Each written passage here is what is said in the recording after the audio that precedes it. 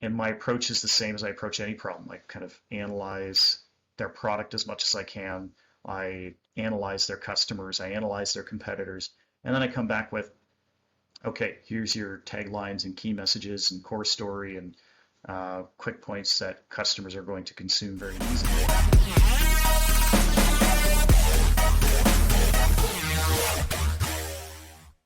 Guys, we got Kevin in the building. Kevin, thanks for joining us. We've been connected for quite a bit. I met you back in 2013 at I believe it's the National Technology and Business Conference. One of like at that time kind of only and biggest technology conference. And yeah, I mean we kicked it off right from the beginning. I really loved your story.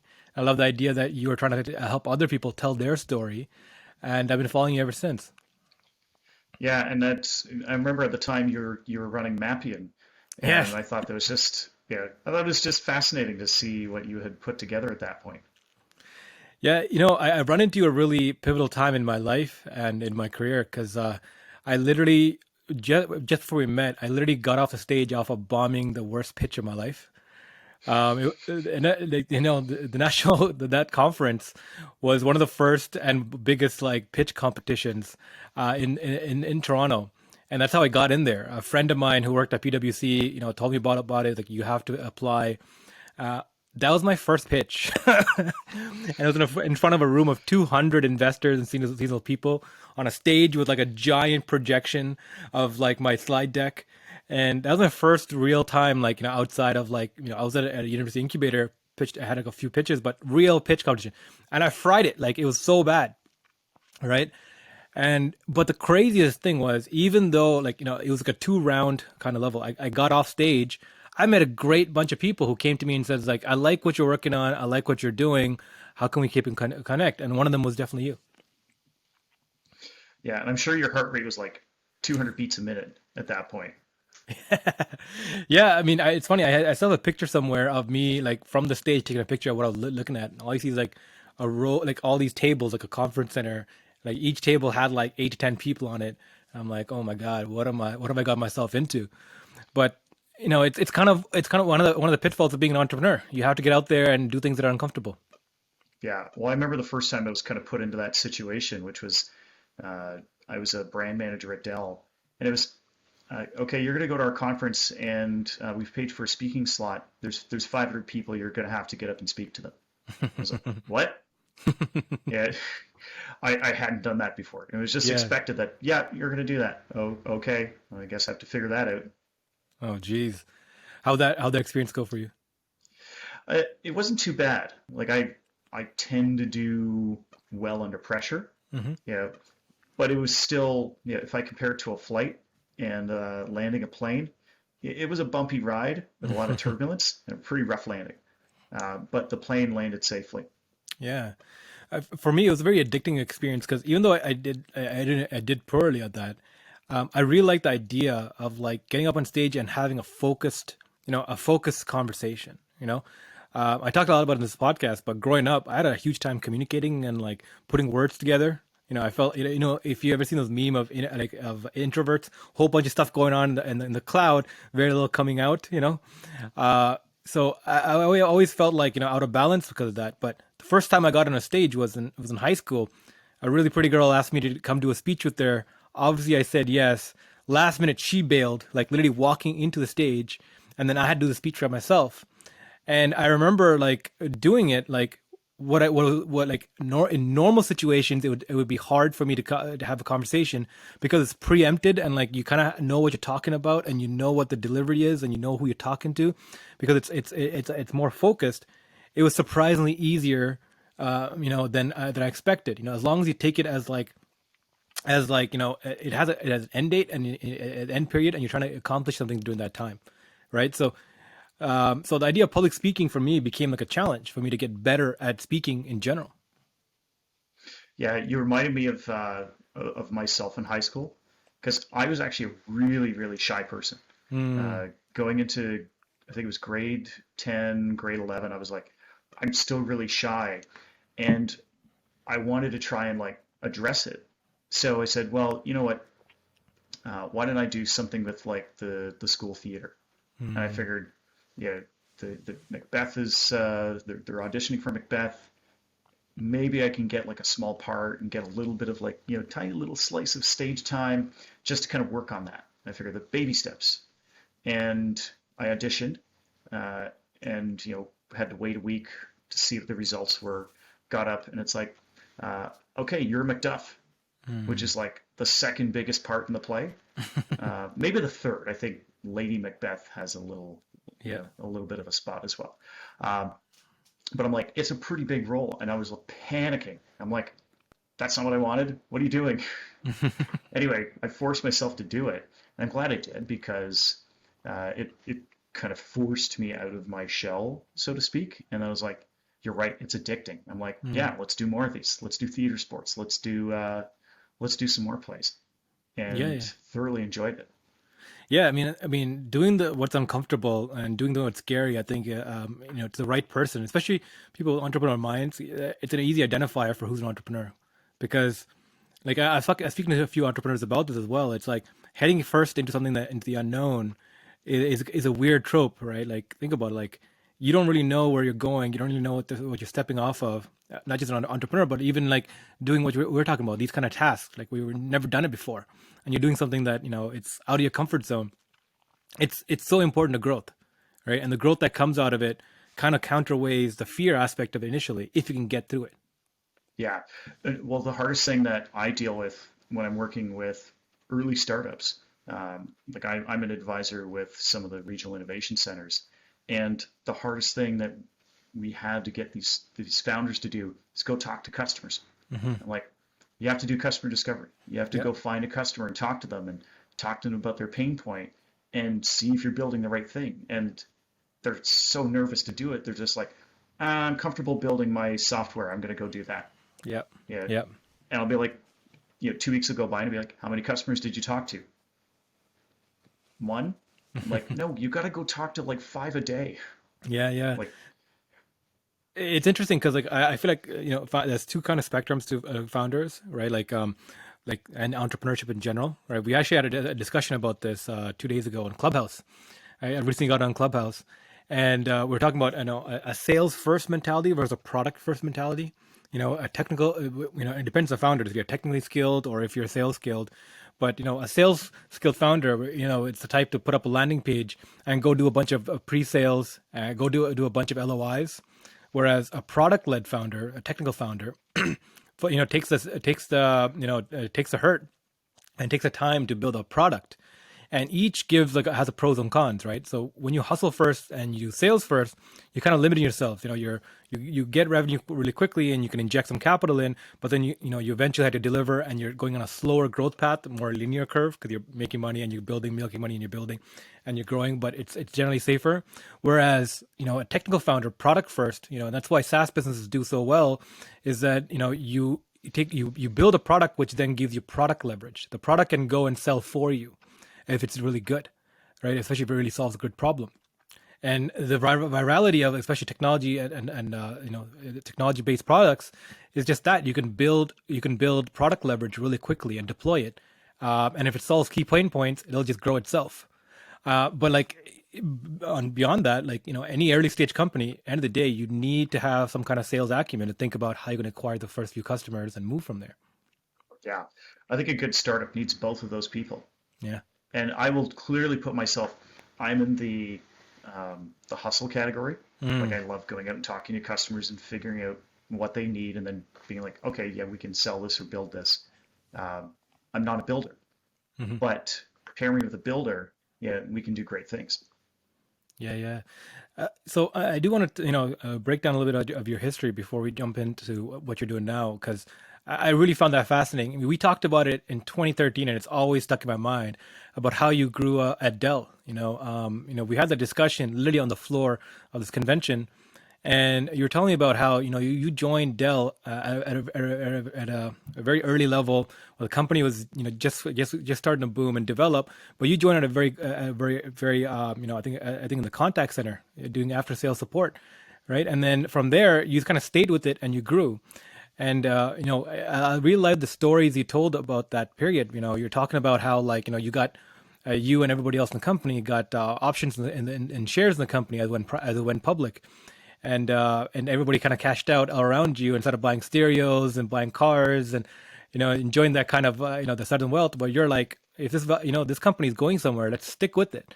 And you grew your professional career within that company as the company grew, as well as you held on to that stock valuation till like when you needed it, aka when you exited and started what you're doing now. Can you talk a little bit about that, about how powerful it is to be a part of a growing company like Dell? Yeah, and I would say you're mostly right on the the arc of the story. Okay. A couple details I think have shifted over time. I actually started in sales, um, Mm. and it was uh, at the time I did not want to go into sales. So I was doing training to be an MCSE because at that time I was like, I think the path for me is an IT career. So I was doing these help desk jobs. I had a contract that ended, and I had a recruiter, and I went to my recruiter and said, "Hey, I need another help desk job." And he said, "I don't have anyone right now, but Dell's going really crazy for salespeople." It was basically November of 1999. I don't know if you remember what was happening then, but that was Y2K. Oh, okay, yeah, They were saying that uh, the world was going to shut down, the power is going to shut off, people were going to be locked in their homes. I remember that. Yeah, I remember that, and it never came to pass. Hmm. It's come to pass now, but at that time, the government had all these tax incentives to buy computers, and Dell couldn't man the phones fast enough. Wow. They had 2 hour wait times on their phone just for somebody to buy a computer, Wow. because at that time you didn't buy computers online. Yeah, It was all phone based. of course. And I had done some telemarketing work in university, um, and I was like, I don't really want to do that. I want a help desk job. Mm. But my recruiter was a friend of mine, and he said, look, go to the interview. You'll do me a favor. And if you like it, I'll get you something in 3 months. I was like, fine, I'll go. So I go to this interview, and the first guy that's there is looking at my resume, and he's rhyming off a couple of places I worked at. He's like, DMS. This is one of these like call centers I worked at. Hmm. He's like, we have some people here that used to work there, and I'm like, oh, well, who do you have working here? And he named this guy Mike Basic. And I was like, well, that guy was my first boss in like university. And he's like, well, that's good. He's going to be interviewing you today. So I get into the interview, and it's, of course, we're just talking about like old times at this place we used to work at. And he's like, oh, you're hired, by the way. And I was like, damn, I guess I have to do this now. So I got into there, and I'm like, uh, I expected to be out in like 2 months Yeah. because I was like, I want an IT job. But I fell in love with this. Like, I actually fell in love with like computer sales. It was just this nice fit. Hmm. Uh, and it grew, I kind of grew into that. I did consumer sales for almost a year. Then I went into B2B sales. So I was selling to small businesses. Then I became an enterprise sales rep. So selling servers and storage and tech equipment. And when I did that, I was doing that for all kinds of different types of businesses. So I was now selling to small business, I was selling to government, I was selling to large business, all over the place. Hmm. And it was about 4 years in, I had another one of these moments where I was like, okay, I'm enjoying doing the technical sales, but I want to be a system consultant. I think that's the next step. It was kind of like, I want to be the guy out in the field building these big solutions for big customers. That's kind of what I want to do. Hmm. And a manager I had at the time was like, yeah, you're not ready for that. You don't have outside sales experience. I'm like, well, how am I supposed to get that if you don't let me do it? Mm. And he said, well, there may be other roles that might give you that experience. And he said, you could be a brand manager and go into marketing, and that would give you some exposure to that. And I'm like, well, I don't really want to do that, but if something comes up, maybe I'll take a look at it. Well, sure enough, our brand manager got poached by Microsoft, Hmm. And the company was like, well, we need someone to fill in until we hire, a marketing MBA.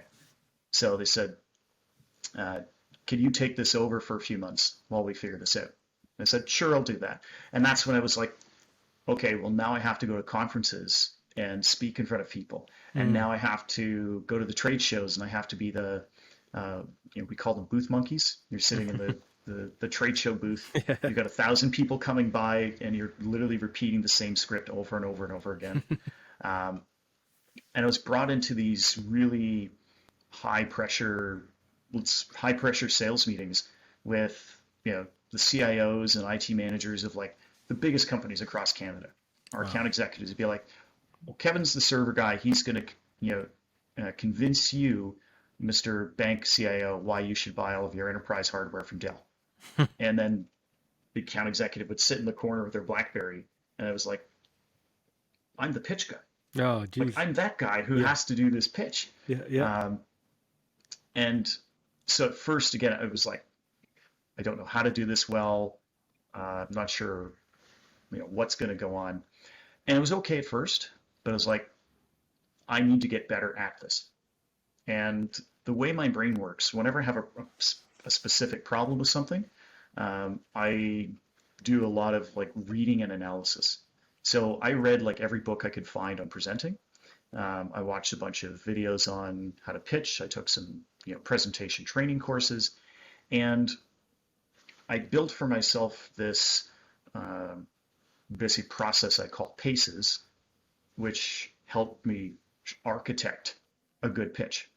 And then I Hmm. started applying it to these, and it worked really, really well. Uh, the account executives are like, yeah, Kevin's amazing. He's coming to all my calls. Yeah, I was put in front of more trade shows and did more talks and things like that. And I really enjoyed it. And, so 6 months go by, and my manager was like, hey, by the way, we'd like to keep you in this role if you want to stay in this role.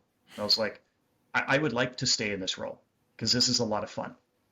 I don't have a quota anymore. I don't have that pressure. I get to travel across Canada. Yeah. I get to just speak to people. This is the best job ever. Um, so, yeah, I did that for uh, but another 5 years doing kind of a brand manager role. And then I had another interesting pivot. Um, I started doing stuff for the US. So I was doing not only Canada kind of marketing programs and stuff like that, but I was working with the US teams. And Dell was going through this transitional period of we're buying startups. Uh, the way Dell kind of evolved was, yeah, Dell started making PCs, then started making more complex systems like servers, started selling to bigger customers, and the bigger customers needed more capability than they could build. So they started buying these startups to provide them with software. And I had put up my hand and said, hey, this company that we're partnered with, we're using some of their stuff. It's magical. Hmm. We should buy these guys because if our competitors buy them, we're going to lose it.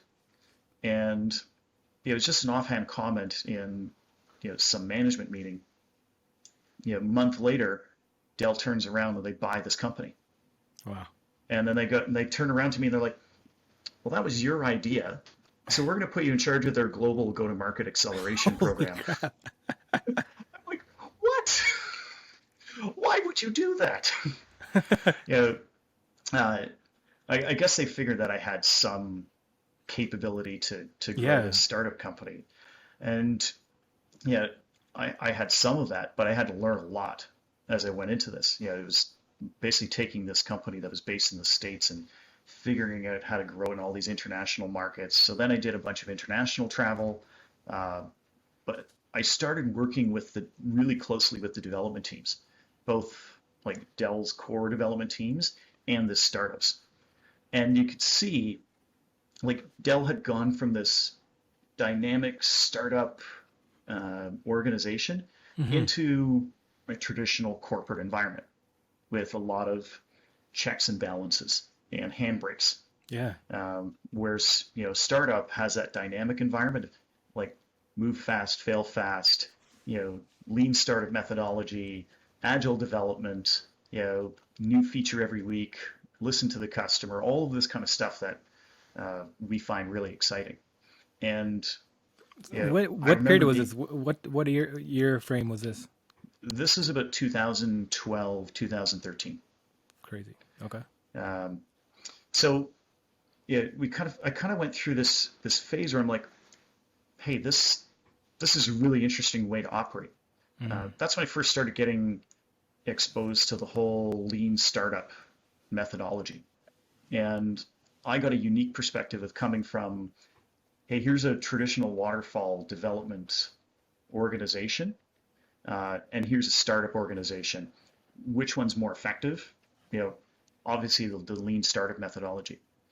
And it it made me really dig into it. It Mm-hmm. made me really love working with the startup environment.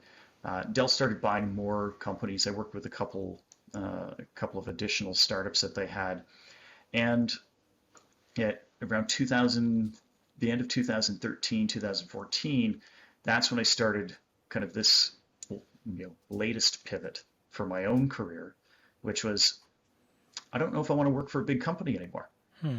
Um, I think I really like working with startups. I kind of want to keep doing this, and it's hard to do this inside, a big behemoth.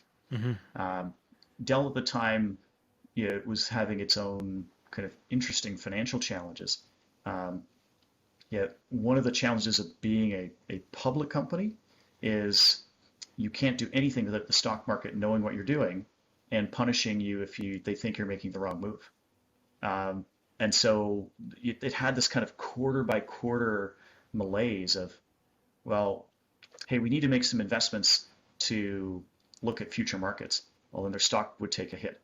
And if the revenue wasn't up by, a certain number of points, their stock would take a hit. Or if they didn't hit their profit margin, their stock would take a hit. And the behavior it causes is this, we called it guardrail to guardrail. Hmm. Every quarter, there'd be a different focus. The company would, make some kind of reorganization, and then you'd have to learn how to do your job all over again. So I'm like, this is frustrating. It's not working for me. Yeah. And at the time, Dell didn't think it was working for them. So they went private. Like Dell actually took itself off the stock market, said, we're Hmm. buying back all our stock. Enough of this, insanity. Let's actually take the time to like redo and make our own investments. And it gave me a golden opportunity at that point. Um, I was not one of the lucky people that got in at Dell when its stock went up like GameStop stock. You know, Yeah. in the mid 90s, their stock went up 10,000%. Wow. Yeah, there are people that had gotten like stock options in the early 90s Yeah. that by like the mid to late 90s, kind of they cashed in then for like millions of dollars, Wow. where some people cashed their early stock options for a stereo. And you had these people sitting beside each other at work going like, hey, how's your $1 million stereo? Uh, I was not in that. I was not in that environment. Hmm. But uh, Dell had this. They basically came out with a voluntary buyout program, and they said, "Hey, we're going to make some big changes. Anybody that doesn't want to be along for the ride, put up your hand, and we'll pay you out." And I was like, "Yeah, I kind of want out to do my own thing. Mm-hmm. Yeah, that would be my own startup fund." So I kind of put up my hand. I went to my boss and I said, "Hey, um, I think I want this package." And Mm-hmm. he's like, "Really?" And I'm like, "Yeah." He's like, "Oh, okay." He was not happy about it, Yeah. but it was voluntary. Anybody could put up their hand. So I did, and that gave me a good runway to Mm-hmm. start my own company, and that's kind of how I got to where I am now, running thestoryarchitect.com. That's Uh, really cool. Like I really enjoyed the story a lot because it's not something you traditionally hear about. Like you don't hear about somebody who climbed the way to the top of the company and then leaves it in order to pursue that freedom kind of mentality, right? People like and the idea that you once like you got into Dell almost by accident, almost by fluke. Not even that. You didn't want to be in there, but you got drawn in. That's really interesting. Like I love the trajectory that that life takes you on sometimes, right? It puts you on a path that you're not prepared for, but end of the day, you benefit from. Yeah, it's kind of like sometimes you have to kind of direct where you're going, Mm. but you also have to be open to opportunities because sometimes life surprises you. Yeah. Yeah. And yeah, if I hadn't taken the the opportunities as they kind of came along, I wouldn't be on the path that I am now. Hmm. And I continue to look for, yeah, interesting opportunities. Uh, so I've been running this company now for 7 years. So this is actually year seven. The Yeah, and what we do is we kind of look at startups and small businesses, and we help them figure out what their story is and then how to take that to market. Uh, yeah, it's a traditional service provider for startups, and we do really well. I quite enjoy it, uh, but I'm also at that point where I'm like, hey, I would like something more scalable than this. Yeah, it's a Mm. service business. It grows linearly, uh, kind of as you described. You know, a product company would grow more scalable. So, yeah, there's probably a point in time when I'll look at how do I get a product company rather than a service company? And it may be I have to hire or partner with a tech person, or I join somebody else's tech startup as an advisor or a co-founder or something like that. Yeah. Yeah, you're speaking on me, speaking to this when when we last spoke and we were catching up about the idea of pivoting, right? Like you get to these pivotal points in your life, like every 5, 10 years, where you're like, gotta move, gotta make some changes, right? And that's where the growth comes from. I want to explore before we get into that, like the idea of the growth architect. This agency you built out, servicing small to mid range companies, helping them find their story. Where did that come from? Like, working with startups within Dell when they acquired it, like, definitely shows the appeal of that. But that marketing angle of helping find your story, where's the appeal? Well, it came up from a couple of things. Hmm. It wasn't a direct path from, let's say, Dell into the story architect. It Yeah. was I actually started a company called Impact Assured Business Services, which is a little less interesting. But I had a bit of a side jaunt while I was at Dell, where I ran for the Green Party.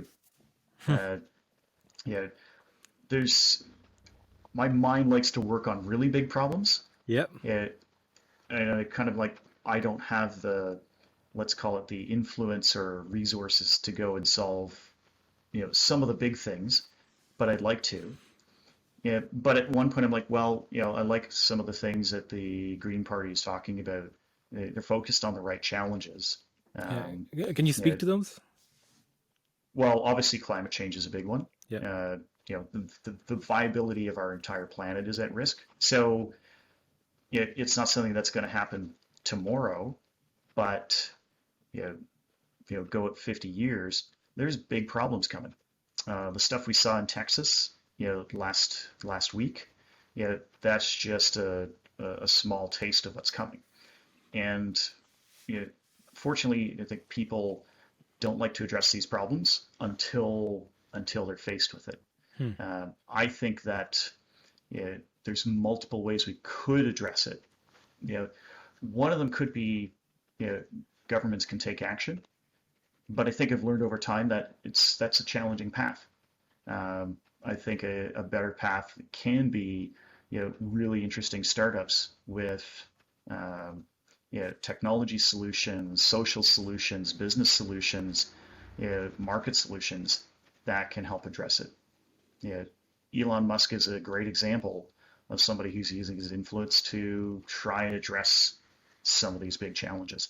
Absolutely. Um, yeah, so I did this side jaunt where I'm like, I'm going to Yeah. run for the Green Party. And for me, it was like, this is a test. I want to test to see, you know, how I like this path. Mm. Um, and it was an interesting test. I brought a lot of things that were really interesting, which is I'm well spoken, I know how to talk, I know how to organize. Uh, you know, I ran in Pickering, we ran a really good campaign. Uh, didn't translate into votes. Yeah, and it's just because you know, I don't have a name brand. The Green Party at that point didn't have a name brand locally to shift the vote, and people vote strategically. Of course. It's like, I don't want this guy in, so I'm voting for this other guy.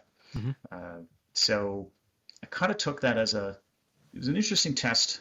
I don't know if it's the right path for me yet.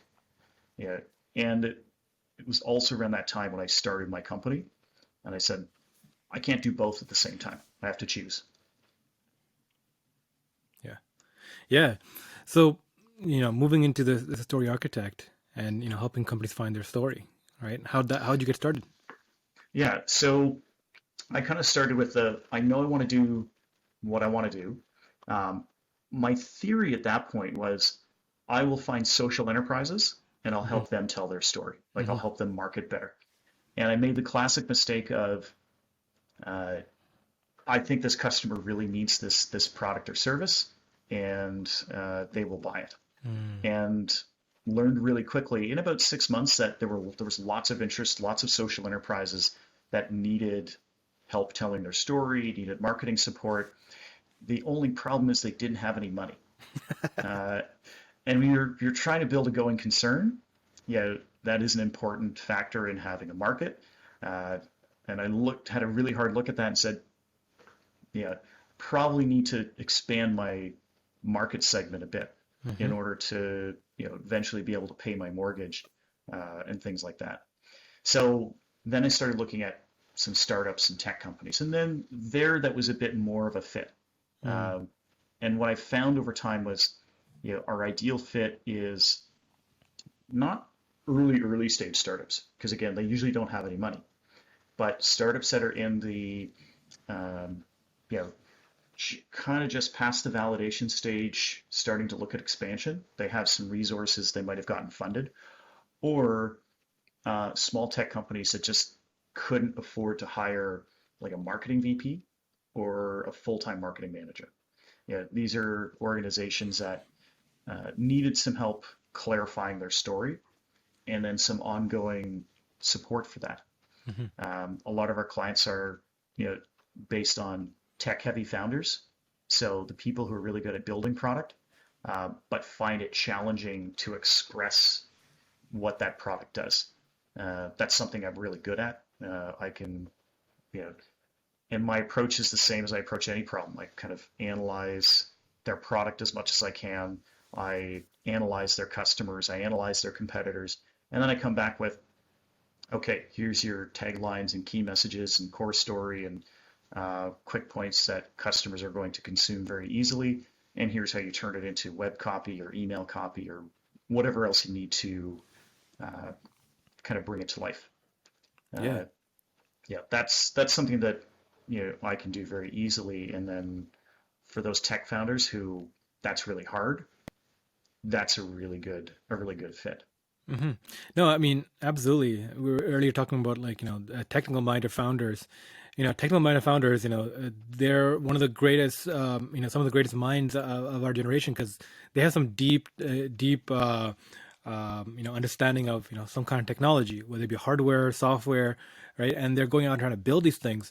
But one of the problems of the innovation industry is that you also had to do so much more. You had to build a company, you had to manage a team, you had to manage Mhm. finances, legal infrastructure, raising capital. Like there's so many other nuances around what you want to do, which is innovate and build this cool thing, right? And to get it to market, that a lot of people who can't keep up with that, that's how they fail. And generally, that's why you'd see that entrepreneurship, regardless of what we see in social media, skews more for older people, who is in their second, third part of their career, or for people who have done two, three failures behind them and learn from those failures, right? Of how to launch, not necessarily creating IP, intellectual capital, but how to commercialize that IP, right? So working with strategists as yourselves who can help expedite that it's part of the gambit. Yeah, and sometimes the hard thing is just like getting that technical co-founder who really wants to sit it and code Mm. and saying, okay, let's go talk to a customer. Let's sit down and strategize who we think the beachhead customer is. Yeah. Who do we think needs this the most, and how do we sell to them first? Hmm. What features do they want? Yeah, that's sometimes those are hard conversations, and if it's if that person is not willing to get out of that comfort zone, it's really hard to get them to scale a business. Yeah, yeah. But I've seen some, like you're right, I've seen some people that once they kind of get that, they're like, oh, okay, I've got to do all of these other things as well. Yeah, yeah. Some people can do all of it, but a lot of times they say, well, you know what, we need a co-founder or we need a partner or we need somebody that can help us think that way. One of my favorite clients, like he's yeah, he's exactly that tech person. He's building stuff in the storage space that just blows my mind in terms of how he's re-architecting how storage works. Uh, but he recognizes that, hey, you know what? Maybe I'm not the best person operationally to like set up like corporate structure and set up all of these things. I'm going to go recruit for somebody that can go do those functions. Mm. You know, so I can sit and do more coding. You know, maybe I'm not the best person to go and do customer discovery. So I'm going to recruit somebody that can do those things and then help me understand what to build so I can go back in my lab and build stuff. Yep. Yep. Yeah. I had a really interesting discussion with the like a technical level founder. He runs like $100 million firm. Sorry, $100 million tech company, tech startup. And he was talking about like how some of the inspirations he took was from Henry Ford. Henry Ford was a tinkerer by default, right? And when the company got to a certain point, this massive scale, he would frequently be found spending most of his time in like a shed outside of the office, but it was locked with like, a few other like high engineers and just tinkering away on like the next 10 years, what could be possible in the next 10 years. And he would automate the company to run on its own and empower other people that make the key decisions while he focused on what he loved doing, which is tinkering and building, right?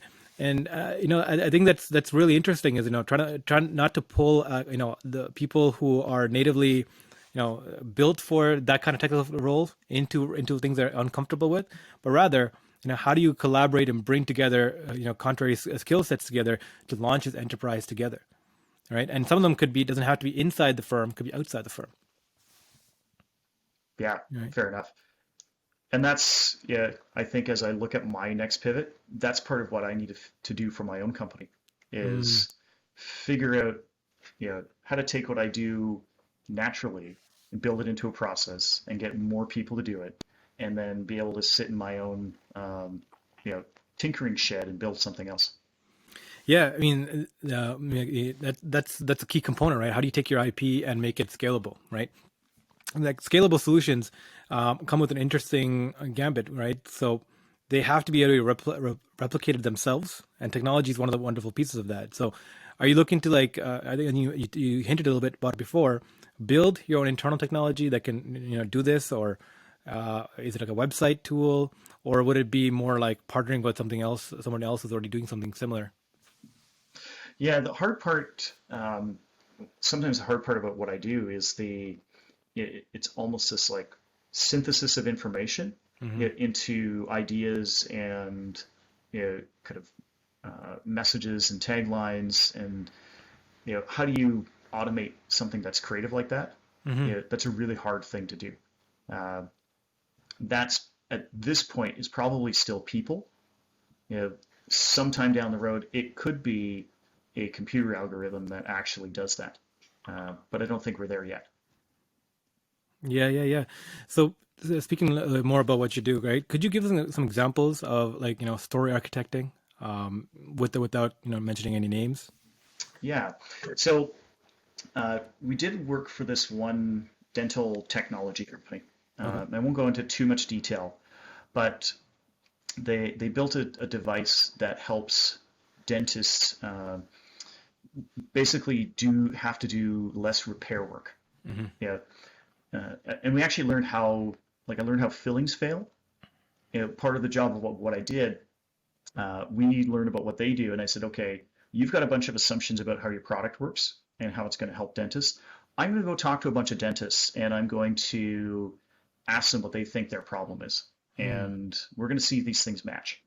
So the the fascinating thing is, if you look at how fillings are done, Hmm. filling, the dentist takes the cavity out, then they put a resin in the hole, and then they have to cure the resin. They cure the resin through infrared light. Mm-hmm. And the biggest problem is dentists don't know how much infrared light to apply. They just wing it. Uh, it That's and concerning. it's concerning. It makes me second guess every time I go to the dentist now. Yeah. Uh, you know, and what happens is if they don't apply enough, let's call it ultraviolet energy, that resin doesn't actually cure. It's still a bit soft, and the filling can fall in. Hmm. Or if they use too much energy, they can actually expand it, like they can overcook the resin, and it can crack the tooth. Yeah. So if you can imagine being like a customer in that situation, where and you've had a filling and then something's wrong with it, you have to go back to the dentist. Um, this company made a device to help them solve that problem. Hmm. And when they wanted to tell the story of it, they said, well, it's a customer service story. We think that dentists really care about the experience their customers have, and this helps them retain customers. I'm like, okay, let's go test that theory. And in talking to dentists, I was asking them questions about this challenge, and I wanted to hear how they thought about the challenge. Mm-hmm. So I was trying to listen for like, what do you think about customer experience, and how is this? How many times does it happen? And I kind of learned some surprising things. Like, one, doesn't happen that frequently that it's the biggest problem in the world for dentists. They're like, it only happens 1% to 2% of the time. Um, Frankly, it doesn't affect our customer experience. It might happen to one customer in their lifetime. They're going to have to come back. No, we're never going to lose a customer because the filling failed. Mm-hmm. So in a way, they really didn't care about the customer experience side. Yeah. What they did care about was the amount of rework they had to do and the fact that they weren't getting paid for it. They're like, that's my chair time. My practice has to be as efficient as possible, Of course. because I only make money when I'm sitting in the chair doing work. Yeah. And every moment I'm not sitting in the chair doing work, or I'm having to redo work that I did before, I'm losing money, and frankly, it makes me angry. Mm. Makes So sense. Yeah.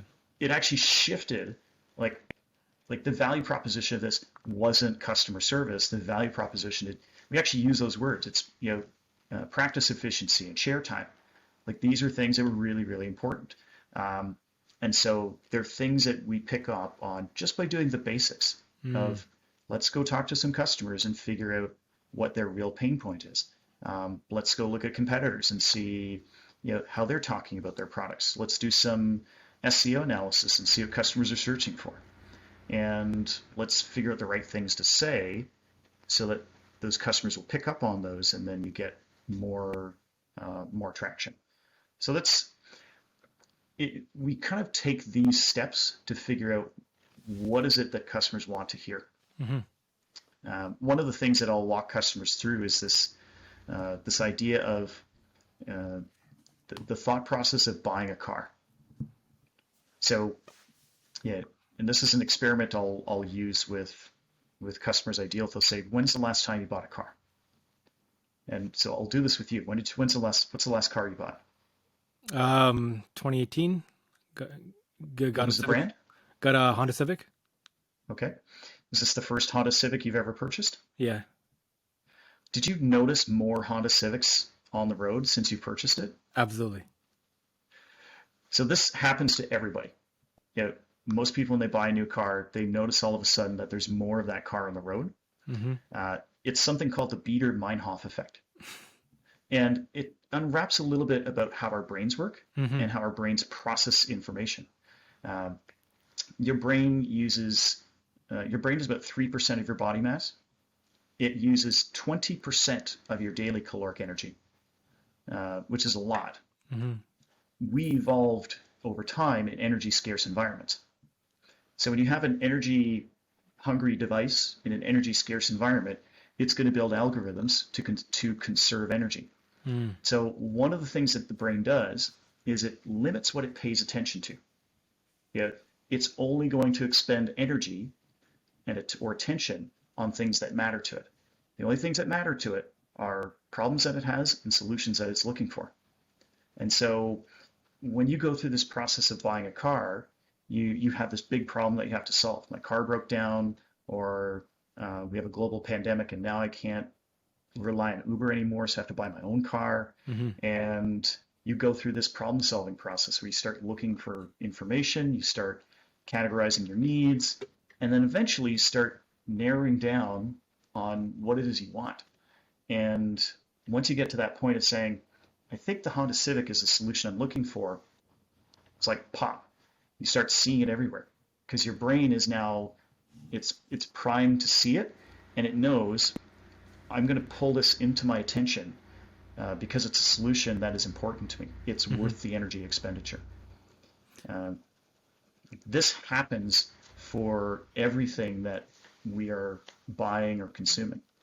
And so a big theory of ours when it comes to messaging is finding those things that customers are attuned to because they will pay attention to it. It'll draw them in. That's really fascinating. I really love those kind of brain hacks, and how it's deployed into everyday life. One of the things, like, I have a neuroscience and psychology background, and one of the things I really enjoy about it is understanding, like, deeper sides of how the brain works, how society functions, how people could think and communicate. Really gives an impact on how you frame things, especially in a sale. I have a 10-year a career in sales, and in sales it goes hand in hand. Understanding people is a game of it, right? Are you familiar with Edward Bernard's, the father, the so-called father of marketing? I'm actually not. Yeah, so Edward Bernard's is the nephew of Sigmund Freud. When he came to America, he brought all the psychological understanding to here, but he tuned it towards capitalism, right? How can we take deep understanding of the people and human mind, and make capitalist inventions? So he founded the prior to modern marketing is what he called public relations, right? So how do you create markets? So he's famous for making bacon, right? So all the industrialists, the pork, all the food industry at the time consolidated, and the industrialists at the time was famous saying, like, we can make money from everything from the loin to the hoof, right? But this particular part, this bacon fat area is notoriously, like, undervalued, right? That's where we're losing money to, like, we're not making any money from.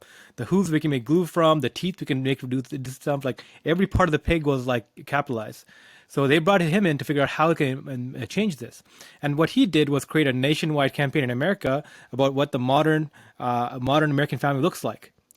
That trope of the housewife, like, dressed up in a nice dress, the husband sitting there drinking coffee and, like, eating a newspaper, a golden haired boy and girl sitting there all smiling, drinking milk, and what's in the plates is pancakes, sausages, bacon, eggs, right? Like a full hearty American meal. This is what it is. And through that imaging, sold bacon and turn it from one of the lowest rungs of the ladder of the pig, right, selling of the pig, to one of the highest performing. Just flip the inverse curve, right? So everybody suddenly became bacon crazy. Before this methodology, bacon was considered like disgusting. Like, it was like lowest rungs in the ladder. No one bought it, right? It was considered to be like the waste product, right? And they turned the waste product into one of the most, like, hyped meals that today has its own caricature and meals around, right? And memes around. So the power of, like, transformative culture can be utilized by capitalism, sometimes in not so good ways. Well, I was going to say to that, he didn't only create the bacon market, he also created the cardiologist market.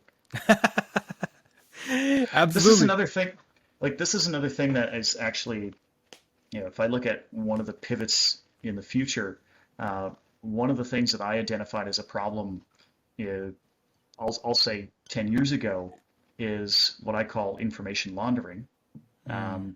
what is now called fake news. Hmm. But it's this idea that companies can manufacture information to be whatever they want. Yeah, and yet it started with those kinds of activities of, well, let's go market something. The Yep. problem with this is that people can market the wrong information. Cigarette companies have obviously done this.